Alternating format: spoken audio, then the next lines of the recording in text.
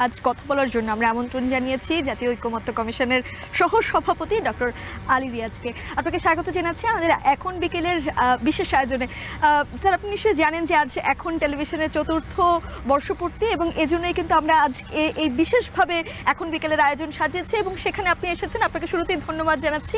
আপনার কাছে যে বিষয়টিতে শুরুতে প্রশ্ন করতে চাই, দীর্ঘদিনের আলোচনা শেষে এখন কিন্তু একটা বিষয় স্পষ্ট যে সকল রাজনৈতিক দলই নির্বাচন চাচ্ছে, তবে সেটা আসলে নিজেদের মতো করে। এই যে একজন একটি পক্ষ এক একভাবে রাজনৈতিক ভাবে তারা তাদের নির্বাচনের বিষয়টি জানিয়ে আসছেন, তাহলে ঐক্যমত্যের জায়গাটাতে কিন্তু এখনো পর্যন্ত সকলে এক জায়গায় না। সেই জায়গাটা সকলকে আনাটাও কিন্তু এখন বেশ চ্যালেঞ্জের একটা ব্যাপার। তো সেই জায়গাটায় আসলে ঐক্যমত্য কমিশন কিভাবে কাজ করছে? ধন্যবাদ। দেখুন, প্রথম বিষয় যেটা, রাজনৈতিক দলগুলো নির্বাচন চাচ্ছে। এখনকার পরিস্থিতিতে আসলে তিনটা পাশাপাশি বিষয়, একটা হচ্ছে নির্বাচনের বিষয়, একটা হচ্ছে সংস্কারের ব্যাপারে ঐক্যমতের প্রশ্ন, আর একটা হচ্ছে বিচার। যারা মানবাধিকার লঙ্ঘন করেছেন, মানবতা বিরোধী অপরাধ করেছেন, এই তিনটা প্রক্রিয়া কিন্তু সমান্তরালভাবে অগ্রসর হতে পারে এবং হওয়ার কথা, একটা পরস্পরের উপর নির্ভরশীল না। রাজনৈতিক দলগুলোর পক্ষ থেকে এখন নির্বাচনের কথা বলা হচ্ছে, আগেও বলা হয়েছে, কিন্তু সংস্কারের কথা তারও আগে বলা হয়েছে এবং প্রত্যেকেই এটা সুস্পষ্টভাবে বলেছেন। রাজনৈতিক দলগুলো, নাগরিক সমাজ এবং ধরুন নাগরিক সমাজের যারা প্রতিনিধি, তারা যে সংস্কার তারা চান কী কারণে? কারণ হচ্ছে দীর্ঘদিনের অভিজ্ঞতা, 53 বছরের অভিজ্ঞতা, বিশেষত 16 বছরের অভিজ্ঞতা বলছে যে রাষ্ট্র কাঠামো কিছু পরিবর্তন প্রয়োজন, যেগুলো ছাড়া আসলে গণতান্ত্রিক প্রক্রিয়া অব্যাহত রাখা বা তৈরি করাও সম্ভব হবে না। সেই বিবেচনায় এখন নির্বাচনের চেয়েও আমি বরঞ্চ জোর দিই যে সংস্কারের জায়গায় রাজনৈতিক দলগুলোর কাছে ঐক্যমত্য কমিশন যে সুপারিশগুলি পাঠিয়েছিল এবং যে প্রতিবেদনগুলি, তার ভিত্তিতে তারা মতামত দিয়েছে। এই মতামতের ভিত্তিতে প্রায় 2 মাস ধরে আমরা 33টি রাজনৈতিক দলের সাথে কথা বলেছি। অনেক বিষয়ে ভিন্ন মত হয়েছে, অনেক বিষয়ে একমত তৈরি হয়েছে।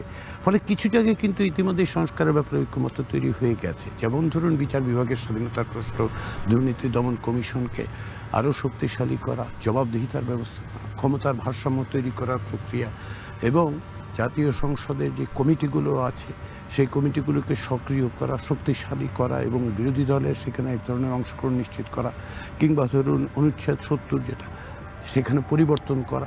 এই যে জায়গাগুলো, এগুলি তো তৈরি হয়েছে। তাহলে সংস্কারের ক্ষেত্রে কতগুলি জায়গায় ঐক্যমত্য তৈরি হয়েছে, কিছু বিষয় হয়নি। যেমন ধরুন এই সংসদ, দ্বিকক্ষ বিশিষ্ট সংসদ করার ব্যাপারে এক ধরনের ঐক্যমত্য আছে, কিন্তু প্রক্রিয়াটা নিয়ে ভিন্ন মত আছে।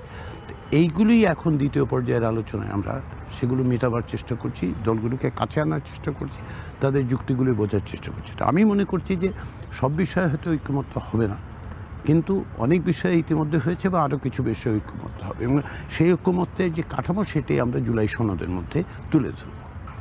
ডক্টর আলী রিয়াজ সংস্কারের কথা বলছিলেন এবং সেই বিষয়ে অনেক রাজনৈতিক দলের বেশ কিছু সম্মতিও রয়েছে এবং নানা জটিলতাও কিন্তু তৈরি হয়েছে।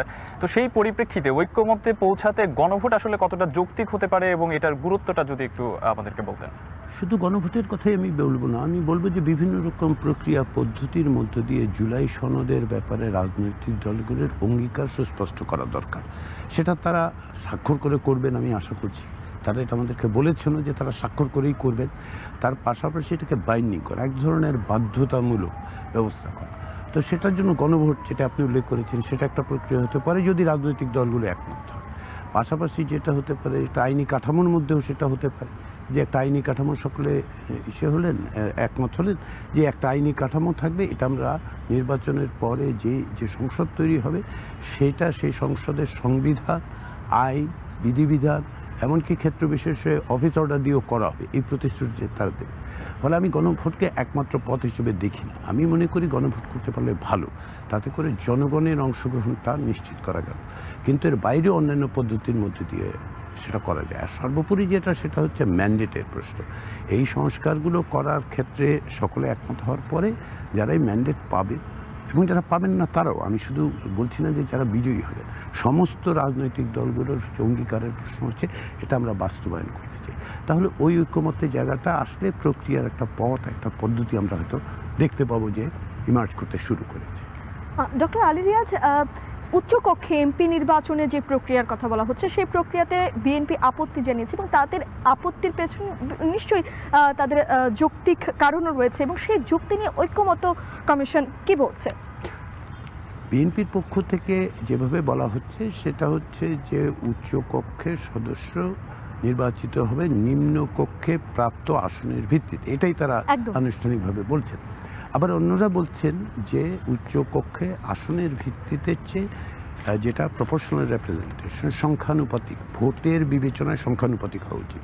এটার পক্ষেও যুক্তি আছে। যুক্তিটা এই যে যদি ধরেন শুধুমাত্র আসনের বিবেচনা হয় তাহলে কি হবে, নিম্নকক্ষে যারা সর্বাধিক আসন পাবেন তারাই আবার উচ্চকক্ষে আসন সর্বাধিক পাবেন। সেটা আপনি কোনোভাবে এটা আসলে পার্থক্য করতে পারবেন না। তাহলে একটা উচ্চকক্ষ করার মধ্যে দিয়ে খুব বেশি চেকস অ্যান্ড ব্যালেন্স আপনি তৈরি করতে পারবেন না। কেউ কেউ বলে একেবারেই হবে না। আর পাশাপাশি যারা সংখ্যানুপাতিকের কথা বলছেন এবং সংবিধান সংস্কার কমিশন যে প্রস্তাবটা দিয়েছে সেটা হচ্ছে সংখ্যানুপাতিক। তাতে করে কি হবে, সেটা হচ্ছে কেবলমাত্র যে ভোটের বিবেচনাই, কেবলমাত্র আসনের বিবেচনাই সেটা নির্ধারিত হবে তা না। জনগণের প্রতিনিধিত্ব করে এরকম অন্যান্য রাজনৈতিক দলগুলো যারা 1% বেশি ভোট পান তাদের একটা প্রতিনিধিত্ব থাকবে। তাহলে একটা ডিভার্সিটি তৈরি হবে এবং সকলের মতামতের ভিত্তিতেই আপনার উচ্চকক্ষ এক ধরনের চেকস অ্যান্ড ব্যালেন্সের কাজ করতে পারে। ফলে যুক্তি দুদিকেই আছে এবং সেই যুক্তিগুলো নিয়েই কথাবার্তা হবে। আমরা চেষ্টা করছি দ্বিতীয় পর্যায়ে দলগুলোকে আর কতটুকু কাছাকাছি আনা যায়। ডক্টর রিয়াজ, আপনারা বলছিলেন যে গণভোট না গণপরিষদ সংস্কার হবে কি হবে না এই বিষয়ে চূড়ান্ত সিদ্ধান্ত নিতে আসলে বল এখনো রাজনৈতিক দলগুলোরই কোর্টে। তবে এই সরকার তো আসলে গণ অভ্যুত্থানের সরকার, তাহলে এই সরকারের ম্যান্ডেটটা আসলে কি এবং তাদের ভূমিকাটা এই মুহূর্তে আসলে কি অবস্থায় রয়েছে? সরকারের সবচেয়ে বড় ম্যান্ডেট হচ্ছে গণ অভ্যুত্থান, যেটা আপনি বলেছেন। জনগণের যে অভিপ্সা, যে আকাঙ্ক্ষা, তারই তো প্রতিফলন হচ্ছে গণ অভ্যুত্থান। ফলে আপনি কেবল সাংবিধানিক বিবেচনায় যদি বলেন, সেটা উচ্চ আদালত থেকে বলা হয়েছে যে সংবিধানের ভেতরেই তার একটা বৈধতা আছে। কিন্তু সবচেয়ে বড় জিনিসটা কেবল আইনি বৈধতা। যে কোনো সরকারের সবচেয়ে বড় বৈধতা হচ্ছে নৈতিক বৈধতা, রাজনৈতিক বৈধতা। এবং সেই জায়গার থেকে ম্যান্ডেটটা এসছে গণ অভ্যুত্থানের মধ্যে দিয়ে, জনগণের আকাঙ্ক্ষার মধ্যে দিয়ে। ফলে তাদেরকে এই যে সংস্কারের কর্মসূচি, সংস্কারের কাঠামো, সংস্কারের দিক নির্দেশ, এগুলি যে সরকার বলছে এবং বিভিন্ন কমিশনকে দায়িত্ব দেওয়া হয়েছে, তারা বলতে পারছেন, তার কারণটা হচ্ছে ওই বৈধতার জায়গাটা, জনগণের আকাঙ্ক্ষার বৈধতা গণ অভ্যুত্থানের মধ্যে দিয়ে প্রকাশিত। এখন প্রশ্ন হচ্ছে যে এর কিছু কিছু, যেমন ধরেন আশু কিছু করণীয় বিষয় আছে, সেগুলো সরকার করতে শুরু করেছে। কেন সংস্কারগুলো আইনিভাবে এগুলো করা সম্ভব সেগুলো করছে।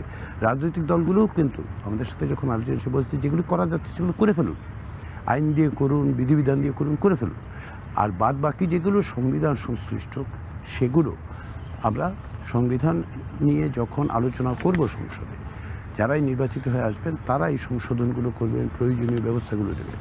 প্রশ্ন একটাই থেকে যাচ্ছে যে ধরুন যে পরিবর্তনই করা হবে সেগুলো ভবিষ্যতে টিকবে কী করে, সেটারও একটা ব্যবস্থা সংবিধানের মধ্যে করতে হবে এবং সেটা রাজনৈতিক দলগুলোকেই করতে হবে।